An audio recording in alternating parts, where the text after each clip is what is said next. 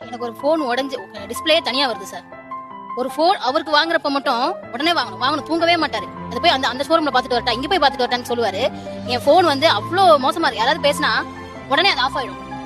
Headphone போட்டாதான் பேச முடியும். கடைசியில நானே சொல்லி போர் அடிச்சு போய் என் பையனை இப்ப அந்த போன் நானே யூஸ் பண்ணிக்கிறேன் விளையாடுறதுன்னு சொல்லி வாங்கிட்டான். அது கூட எனக்கு இல்ல சார். இப்போ ஏன் அப்படி ஒரு மனநிலை? இல்ல சார், ஆக்சுவலா வந்து அந்த போன் நான் யூஸ் பண்ணிட்டு இருந்தேன். ஸ்டாண்டர்டா பாக்குறீங்க. உங்க ஃபர்ஸ்ட் விஷயம் அவங்களுக்கு புது போனே வாங்குறது இல்ல. பீப்பிள் கட்டுறது, பேங்க்ல போய் பணம் எல்லாமே நான் தான் சார் போறேன். 2 வீலர் நான் தான் போறேன். ஏதாவது ஒன்று ஆயிடுச்சு என்ன சார் பண்ணுவாரு? ஒரு ஆண் அவனோட ஃபோன் பழசாயிடுச்சு அப்படின்னு புது ஃபோன் வாங்கும்போது தான் அந்த வீட்டில் இருக்கக்கூடிய பெண்ணுக்கு ஃபோனே கிடைக்கிது. ஒரு அண்ணன் யூஸ் பண்ணக்கூடிய பழைய ஃபோனை தான் ஒரு தங்கச்சி யூஸ் பண்ணுது. ஒரு பையன் யூஸ் பண்ண பழைய ஃபோனை தான் அம்மா யூஸ் பண்ணுறாங்க. ஒரு ஹஸ்பண்ட் யூஸ் பண்ணக்கூடிய பழைய ஃபோனை தான் ஒய்ஃப் யூஸ் பண்ணிட்டுருக்காங்க. இது கரெக்டாக இல்லை? இது எப்படின்னா, ஃபோன் வாங்கி தரக்கூடாதுலாம் கிடையாது. நீ பெண், உனக்கு அவ்வளோதான், நான் யூஸ் பண்ண பழைய ஃபோன் தான் நீ யூஸ் பண்ணணும். அப்படியா? அப்படின்னு எல்லா பாய்ஸையும் நம்ம சொல்லிடவும் முடியாது. எனக்கு தெரியும் எல்லா பாய்ஸும் அப்படி கிடையாது. அதே மாதிரி எல்லா பொண்ணுகளும் ஹஸ்பண்டோட சம்பளத்துக்கு ஏற்ற மாதிரி ஃபோன் கேட்குறதும் கிடையாது.